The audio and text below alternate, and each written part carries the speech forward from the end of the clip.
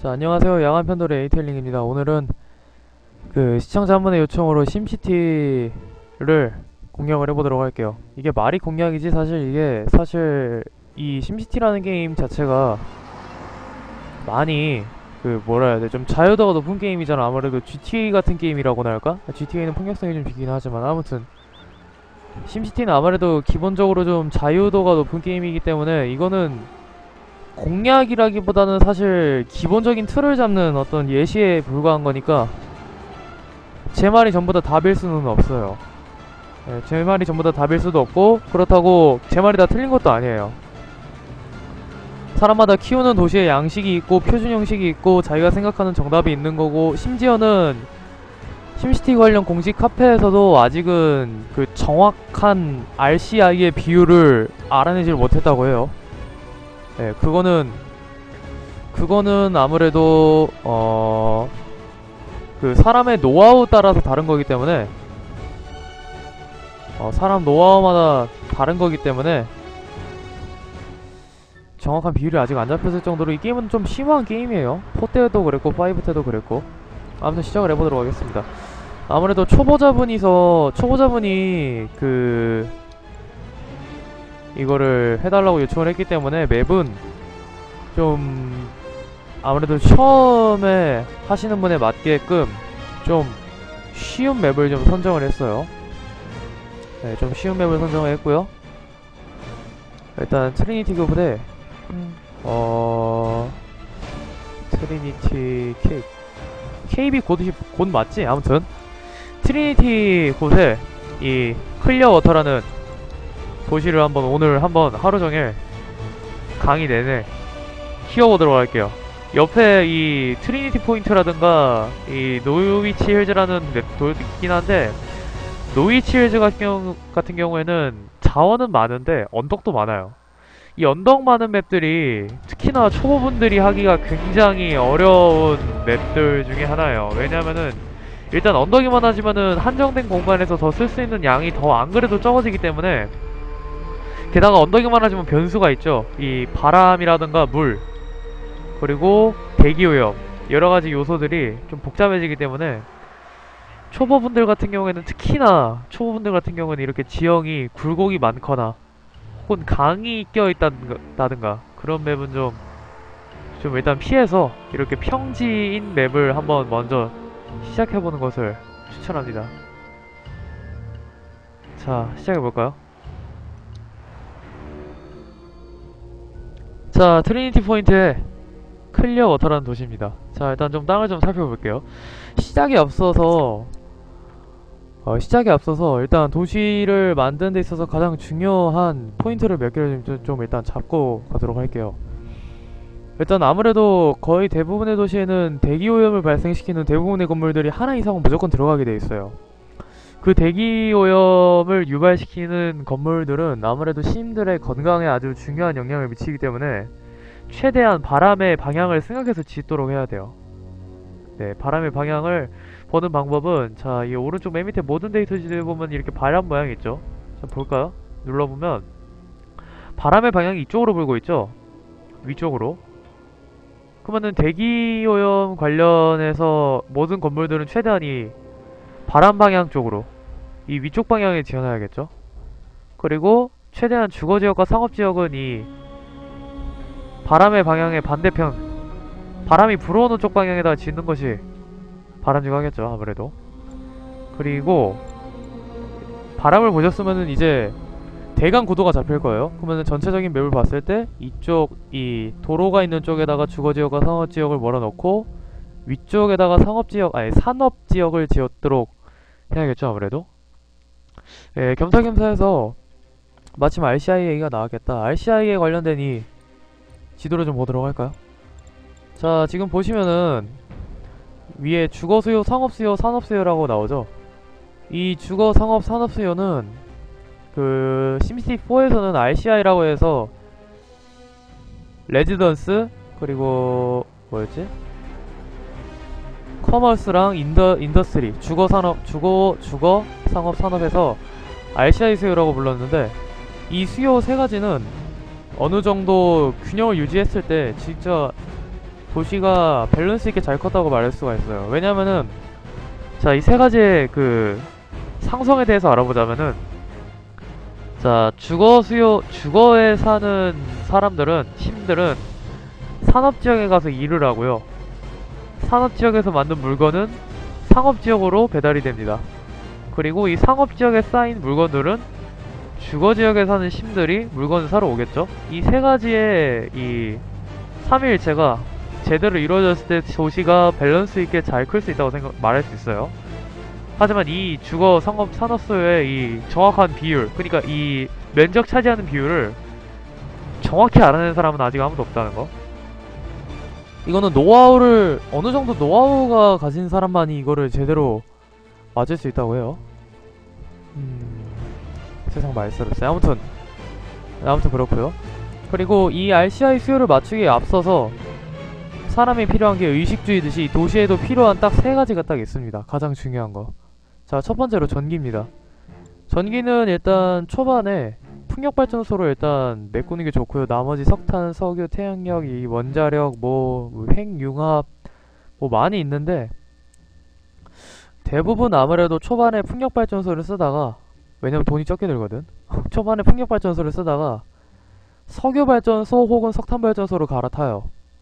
전기 수요가 좀 많아질 때가 분명히 올 거예요. 이 풍력발전소로 전력이 커버가 안 될 정도로 충분히 전력이 나중에는 필요로 하게 돼요. 그리고 풍력발전소로는 그 도시가 커지면 일단 풍력발전소로는 전체적으로 커버가 안 되니까 다음 턴에 석유발전소로 가는 편이고요.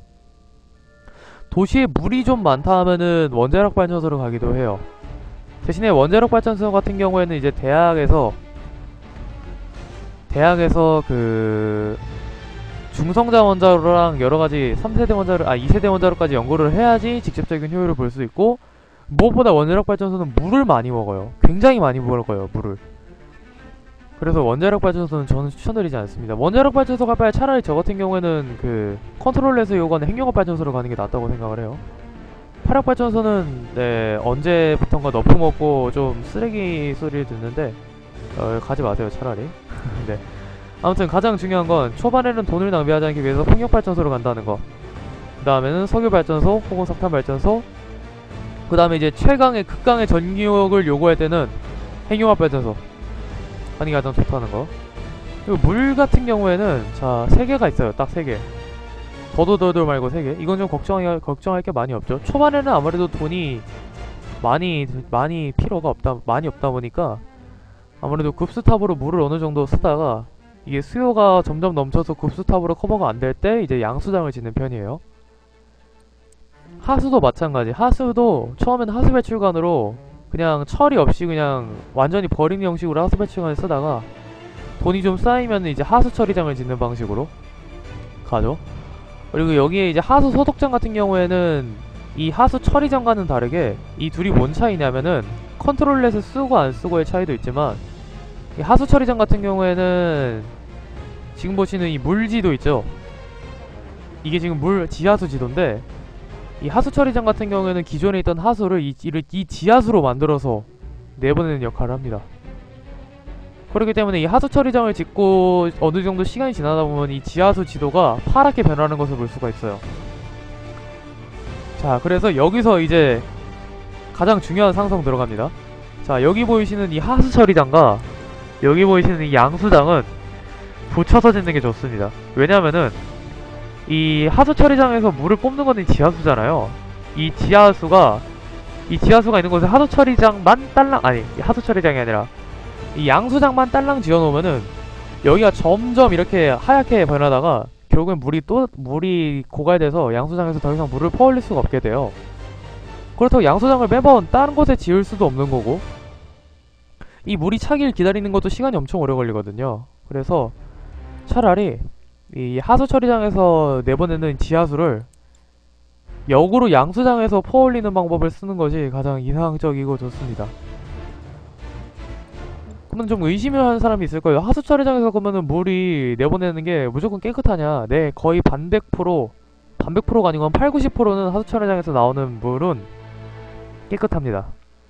오히려 그 더러운 이 오염된 물들을 밀어내는 역할까지도 하기도 해요. 대신에 다만 주의할 점, 하수 처리장의 용량을 뛰어넘을 정도로 오수가 많아지는 순간, 그 순간부터는 물이 깨끗한 물이 안 나옵니다. 무조건 오염된 물이 나와요. 네, 그거는 좀 주의해 주셔야 돼요. 대신에 이 하수소독장 같은 경우에는 말 그대로 소독을 해요.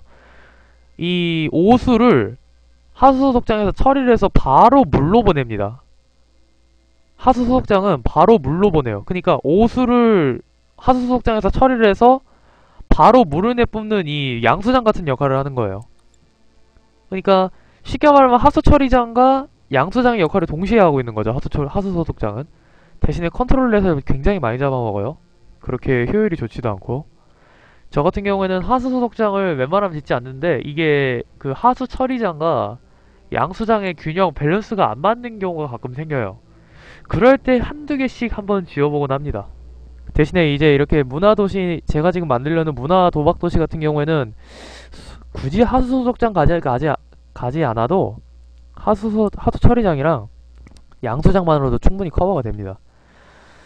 자, 이제 그러면은 도시에 필요한 가장 기본적인 것들, 이 세 가지를 알아봤으니까 도시의 뿌리라고 할 수 있는 도로를 지어보도록 할게요. 도로 같은 경우에는 초반에, 자, 생각을 잘해야 되는 게, 지금 여기 보이시는 이 낮은 밀집도 비포장도로부터 이 높은 밀집도 거리까지 이 4개는 한 묶음입니다. 얘네 4개는 이거를 짓든 어느 것을 짓든 결국에는 두께가 똑같아요. 자, 볼까요? 이게 초반에 지금 샌드박스로 하는 게 아니라서 좀 돈이 없는데, 자, 볼까요? 자, 색깔이 좀 다르죠? 자, 보시면 지금 색깔이 조금 달라요. 무슨 차이냐? 나중에 건물 밀집도가 올라갈 때 지금 보이시는 이 두 가지 이 비포장도로, 이 낮은 밀집도 거리 같은 경우에는 밀집도가 낮은 건물밖에 안 들어오고, 중간 밀집도에는 중간 밀집 건물, 이 높은 밀집도 건물에는 높은 밀집도 건물밖에 들어오지가 않아요. 대신에 교통수행량은 똑같습니다. 네, 교통수행량은 똑같아요. 단지 차이가 있다면은 가격 또 뿐이에요.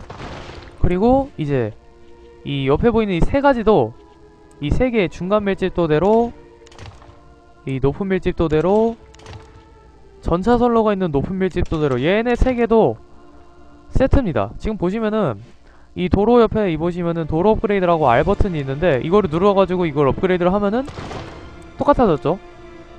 네, 업그레이드가 돼요. 이런 식으로. 자, 그러면은 생각을 잘해야겠죠, 여러분. 자, 봐봐요. 이 두 도로는 두께가 달라요. 자, 봐봐요. 두께가 엄청 달라요. 많이 다르죠? 한 2배는 차이 나는 것 같죠? 이 두께가 다르기 때문에 나중에 이렇게 도로를 마구잡이로 건설하다가 나중 가서 도로를 바꾸려고 하면은 도로 두께가 달라져서 건물이 들어설 수 있고 없고가 결정나는 경우가 많아져요. 의외로. 그래서 처음에 도로 설계를 할 때, 도시 설계를 할 때 도로 설계가 진짜 반 이상을 차지한다고 말할 수 있을 정도로 굉장히 중요해요. 그래서 저 같은 경우에는 처음에 일단 가장 큰 틀을 일단 생각을 해요. 저 같은 경우에는. 자, 지금 도시 같은 경우에는 저는 어떻게 생각을 할 거냐면, 자, 이쪽에다 산업지역을 만들 거고 이 근처에다 주택지역을 만들 거면은 이 주거지역과 상업지역을 오가는 근로자들이 많을 테니까 그 근로자들이 갈 수 있는 도로는 2차선이 아닌 이 중간 밀집도대로 이 3차선으로 이어주는 것이 맞겠지? 그리고 이 대로 같은 경우에는 나중에 전차선로를 만들 수 있으니까 이 전차선로를 한 바퀴 삥 도는 순환형으로 만들기 위해서 도로를 일직선으로 만든 다음에 산업구역과 주거구역을 통과하는 이 한 바퀴 순환형 대로를 하나 만들도록 해야겠지? 이런 생각을 가지고 처음에 도로를 만드는 거예요.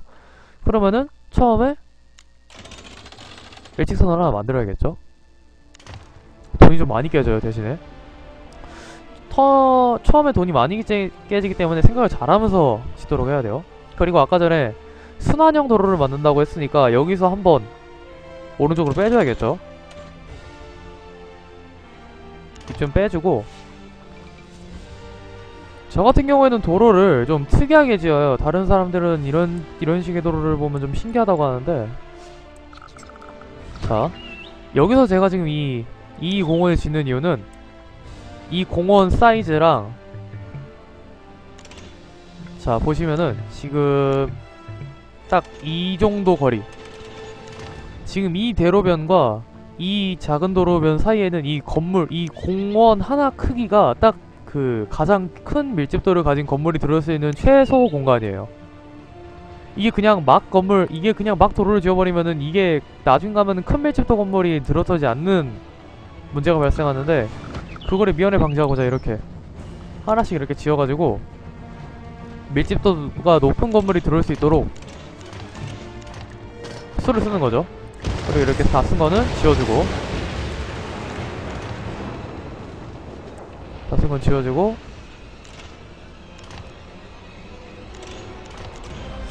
저 같은 경우에는 도로를 생각을 좀 해봤는데, 그 도로가 4거리인 거랑 3거리인 거는 이 차들이 다닐 수 있는 경우의 수라는 걸 생각해봤을 때 3거리가 가장 교통의 면에서 가장 효율적이라는 거를 저는 좀 빨리 깨달았어요. 그래서 지금 만들고 있는 이 도로 모양이 좀 이상하기는 해도 이게 또 교통체증은 잘 안 생기더라고요. 자 지금 보시면은 도로를 다 만들고 난 다음에 보여드릴 텐데 사거리가 없어요. 네, 제가 만든 도시 대부분은 아마 사거리가 없을 거예요. 아마 3거리로 도배가 돼 있을 텐데, 네, 제가 만든 대부분의 도시는 아마 3거리로 도배가 돼 있을 텐데,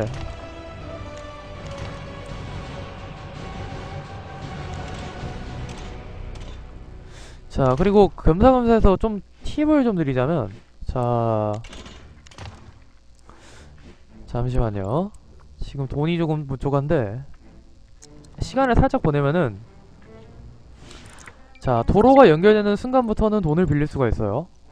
네, 이런 식으로 채권을 좀 발행해서 초반에는 돈을 좀 빌리도록 합시다. 아무튼 약간의 팁을 드리자면, 자 지금 도로를 보시면은 이게 직각인 곳은, 도로가 이런 식으로 직각으로 만나는 곳에서도 교통체증이 발생을 해요. 이렇게 1차선, 그러니까 이렇게 신호 대기가 없는 이런 직각형, 직각으로 된 도로에서도 살짝의 교통체증이 발생한단 말이에요. 그러면은 이 도로를, 자 여기 보시면은 활 모양 도로가 있죠. 이거를 눌러서 이런 식으로 살짝 이렇게 해주면은 이게 직각이 아니니까 그냥 일직선으로 그냥 휘휘휘 그냥 차들이 잘 다녀요. 짜잘짜잘한 팁입니다. 이런 것들은 알아두면 나중에 좋아요. 자 그리고 가장 중요한 이 전기, 물, 오수, 하수 처리를 해야겠죠. 아무래도 이런 기반도시, 기반 얘들은 아무래도 사람들이 혐오하다 보니까 땅값을 떨어뜨리는 요인이에요. 네, 그래서 이런 식으로 조금 사람들이 살지 않는 이 먼 곳에다가 차자꾼 좀 지어보도록 할게요. 자 모아서, 그리고 중요한게 이 하수 배출관은 아무래도 하수를 그대로 땅속으로 배출하다 보니까 지하수를 오염시키는 요인이니까 얘랑 이 물탱크를, 구스탑을 동시에 같이 짓는 빠가짓은 하지 맙시다. 그리고 나중 가면은 이제 이 쓰레기 폐기장도 지어야 되니까 쓰레기 폐기장 자리도 좀 생각을 해둘게요. 그리고 구역을 설정을 하도록 합시다. 운석도 종류가 있는데 좀 제발 방사능 운석만 안 떨어지면 좋겠네요. 가장 중요한 데 떨어지냐.